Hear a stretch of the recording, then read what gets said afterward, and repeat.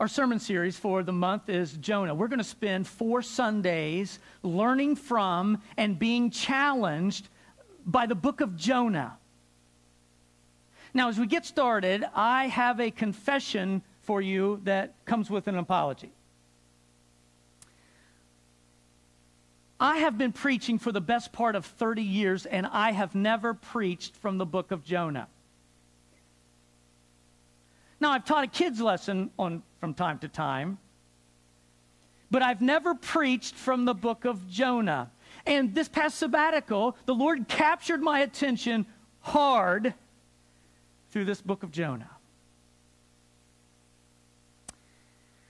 And I realized over sabbatical that I've been running from this book. Jonah is a prophet running from God, and I'm a preacher running from this prophet. A little ironic, maybe. And I've never preached from Jonah.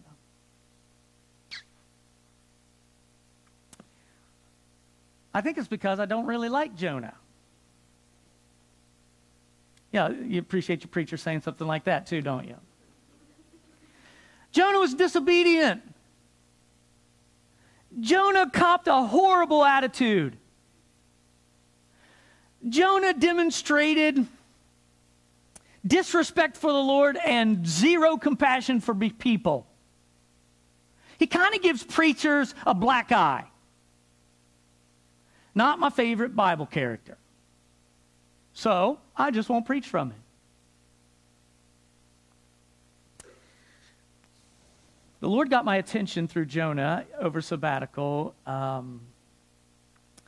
And the more I study Jonah, the more I appreciate what the Lord wants to do in me through this book and what I know he wants to do in all of us through the book of Jonah.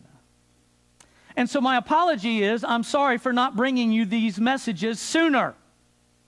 Please forgive me. Because Jonah has some things every one of us need to hear. It's so relevant. In fact, here's my conclusion. The story of Jonah is the story of every one of us here. Jonah chapter 1 verse 1 says, "The word of the Lord came to Jonah, son of Amittai." The first thing you need to know about Jonah, and it's really going to help you make sense of the whole book, Jonah's a prophet. Jonah is an Old Testament preacher.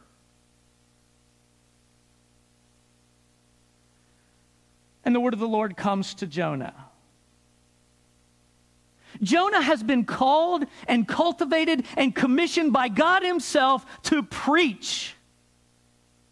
Verse 1. Verse 2.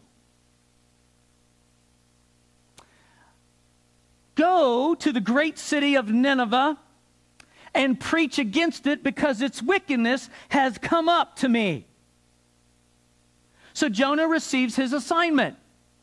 Preacher, preach. I mean, preachers got to preach. I mean, that's what preachers do. Jonah, preacher, preach. Verse 3. But Jonah ran away from the Lord and headed for Tarshish. He went down to Joppa, where he found a ship bound for the port. After paying the fare, he went on board and sailed for Tarshish to flee from the Lord. Basically, Jonah chapter 1, God says go, Jonah says no. I've entitled today's sermon, Running from God. Now, I'll give you a heads up, next week's going to be Running to God, but today's sermon is Running from God. And can I challenge you that maybe for the month of September, may your meditations from Scripture come from the book of Jonah. I'd love for you to just meander through one chapter a week. That's how we're going to hit it. One chapter a week. Maybe you ought to do the 4 before for Jonah. Back on the server, on the website, you can download it. Recruit some friends, some family members. Hey, just I'd love to encourage you to do the 4x4 Bible study along with this series. There's so many things the Lord wants us to hear from the book of Jonah. It's so relevant to our lives. But today, running from God.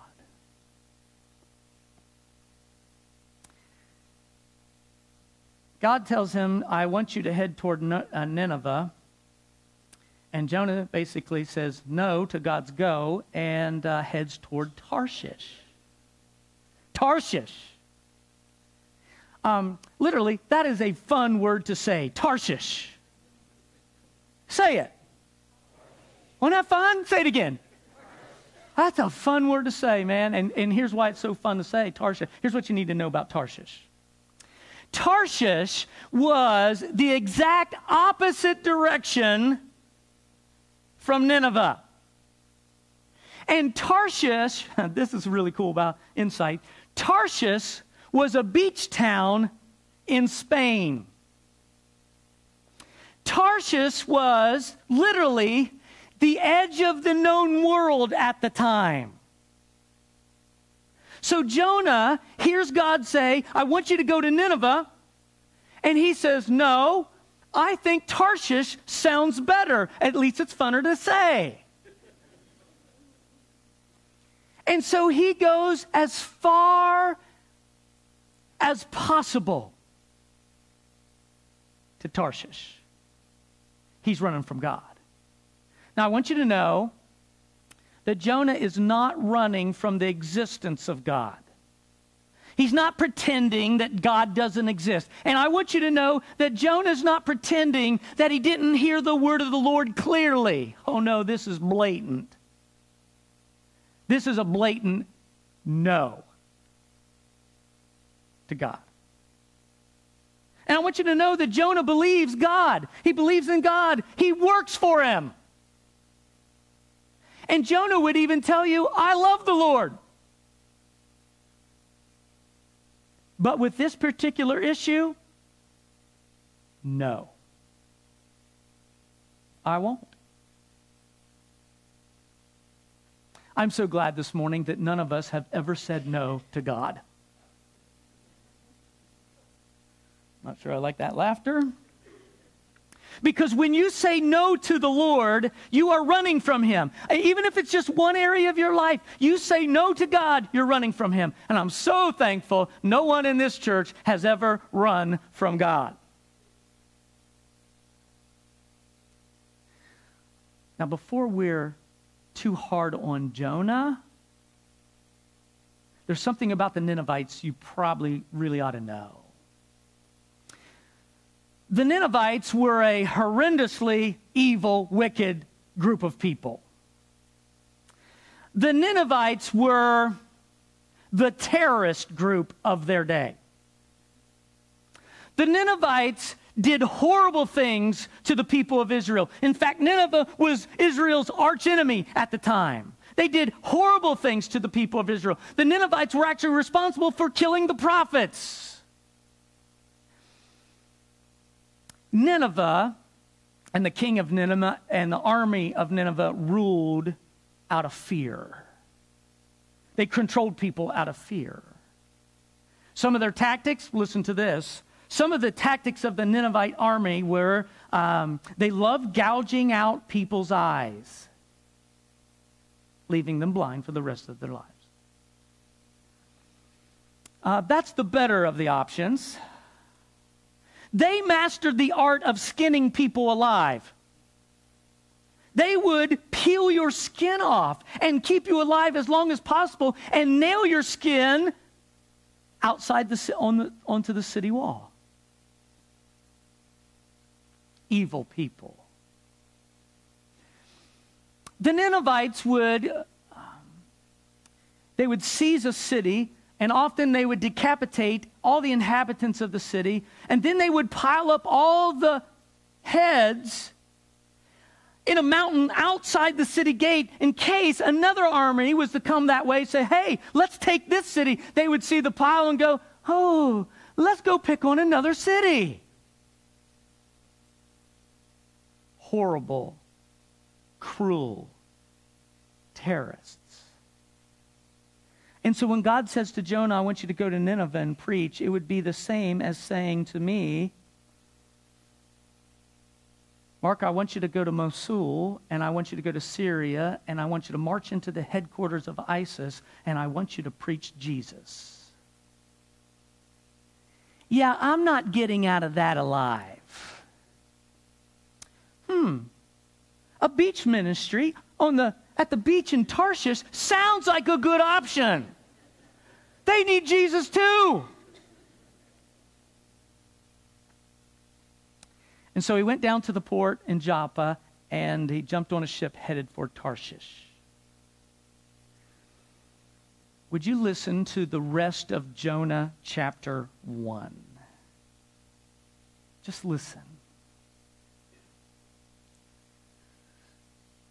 Then the Lord sent a great wind on the sea, and such a violent storm arose that the ship threatened to break up. All the sailors were afraid, and each cried to his own god. They're pagans. And they threw the cargo into the sea to lighten the ship. But Jonah had gone below deck, where he lay down and fell into a deep sleep. I'm thinking it's the Dramamine, because his conscience is not clear. You need help to sleep with this. The captain went to him and said, "How in the world can you sleep? Get up and call on your God. Maybe he will take notice of us, and we will not perish." Then the sailors said to each other, "Come, let us cast lots and find out who's responsible for this calamity." They cast lots, and the lot fell on Jonah. Can you say the sovereignty of God? So they asked him, "Tell us, who's responsible for making all this trouble for us? What do you do? Where have you come from? What is your country? From what people are you?" And he answered, "Well, I'm a Hebrew. I worship the Lord, the God of heaven, who made the sea and the land." This terrified them, and they asked, "What have you done?" They knew he was running away from the Lord because he had already told them so. The sea was getting rougher and rougher, so they asked him, "What should we do to make the sea calm down?" "Pick me up and throw me into the sea. Just kill me." He wanted to die. "When you do so, the sea will calm down. I know that it's my fault that this great storm has come upon you." Instead, the men did their best to row back to the land, but they could not, for the sea grew wilder and wilder. Then they cried to the Lord. These pagan sailors. They cried to the Lord, "Lord, please do not let us die for taking this man's life. Do not hold us accountable for killing an innocent man, for you, O Lord, have done what you pleased." Then they took Jonah and threw him overboard. They were like, 1, 2, 3, And the raging sea grew completely calm.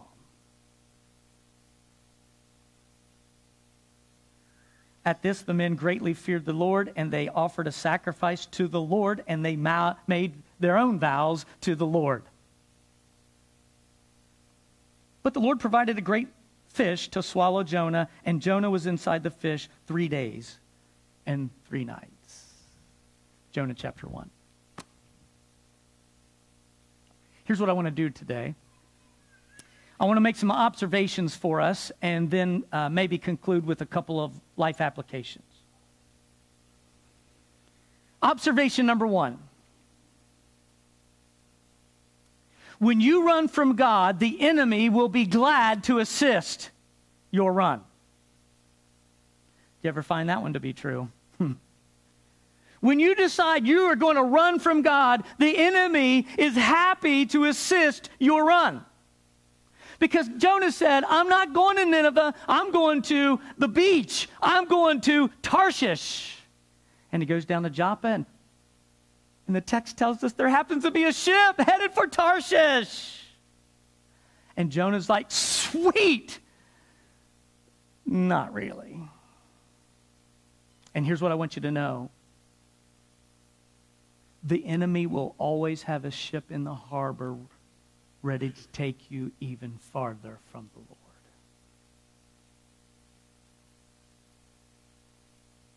Observation number 2.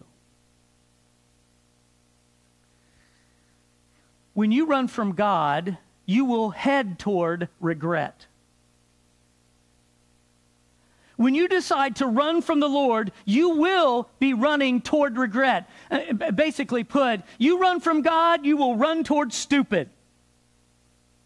Every time. I mean, really, Jonah? You worship the God of the land and the sea, and you're going to get in a ship to head into the open sea? That's stupid. That's so dumb.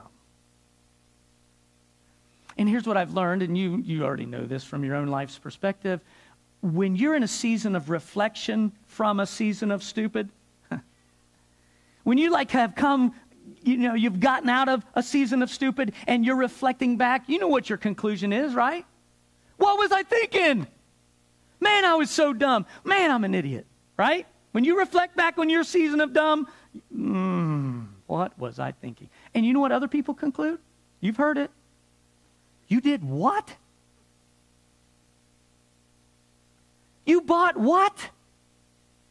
You're dating who? You married who? You're moving where? When you decide to run from God, you will always head toward regret. The illustration of Jonah chapter 1. Observation number 3, when you run from God, your life starts to unravel. When you start running from God, your life's going to unravel. Now, maybe not immediately, but I guarantee you eventually. You start running from the Lord, your life's going to unravel. Whether it's relationships or marriage or sex or finances or work or character, it doesn't matter what it is. You start saying no to the Word of God containing that particular issue, your life is going to unravel. It's not the path I'd recommend for you. Observation number 4, when you run from God, you hurt everyone around you. When you start saying no to the Lord, you're going to hurt everyone around you. Guys, listen, you start saying no to God. I don't care what area of life it is, finances, work, sex, marriage. You start saying no to the Lord, you hurt everyone around you. You're going to hurt your wife. You're going to hurt your kids. You're going to hurt your grandkids. You're going to hurt your friends. You're going to hurt your church family. Look at those sailors. What did they do to deserve this? Their lives were threatened. In fact, they lost all of their cargo. That was their livelihood. In fact, because they threw it overboard, they would have been responsible for paying for it. I don't think they had major insurance companies back then. Their ship was threatened. Their very lives were threatened. What did they do wrong?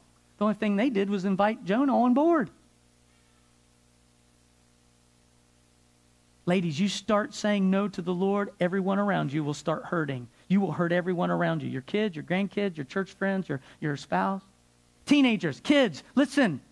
You start saying no to the Lord, you're going to hurt mom and dad. You're going to hurt your siblings. You're going to hurt everybody around you.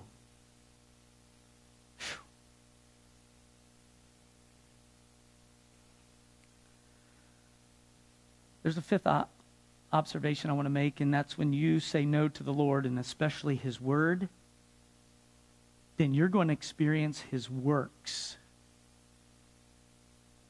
Please get this before you have to face your own whale.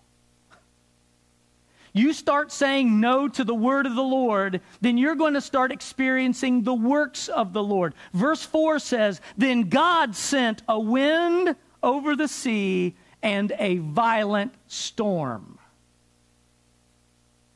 God created the storm.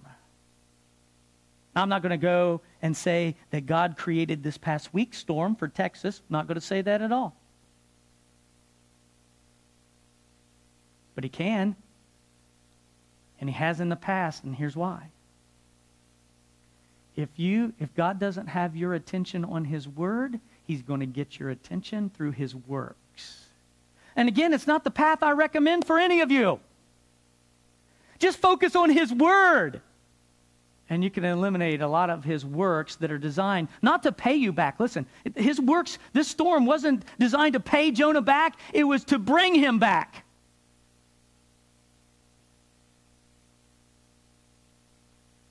So I want to conclude today with a couple of life applications. Here's the first one. You can run from God, but you can't outrun him. Every one of you. You can run from him, but I tell you what, you cannot hide. Because he knows, doesn't he? Here's what I love about that. Verse 17, so God provided a great fish to swallow Jonah, and Jonah was in the belly of that fish for 3 days and 3 nights. Here's what I love about this. The good news of Jonah chapter 1 is this: God gets involved in the details of our lives. God gets involved. He provided us a fish to save Jonah. And it really wasn't to pay him back. It was to bring him back. And I want you to know that God knows. You can run from him, but you can't outrun him because he already knows where you're going to run. Whether it's to your work or to an illicit relationship, to alcohol, to substance abuse, to pornography, to entertainment. God already knows where you run to. And he'll get involved in the details of your life, and he'll be right there waiting.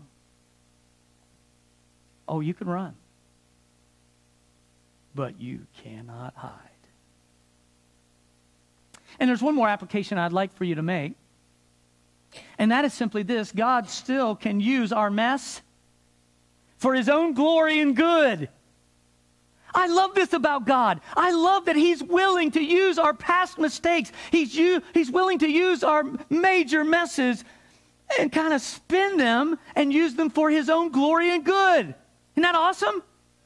Now, that should allow every one of you to leave here today ready just to say, yay, God! Thank you, Jesus. You're willing to take my season of disobedience and still use it to get for yourself more glory. I don't know how, but thank you. He wants to even redeem your mess. And I have a feeling we got a lot of mess. Even though none of you have ever said no to God.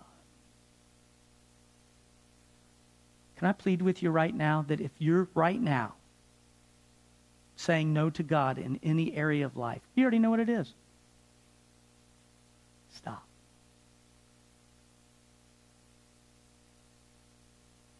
Stop. And surrender to him.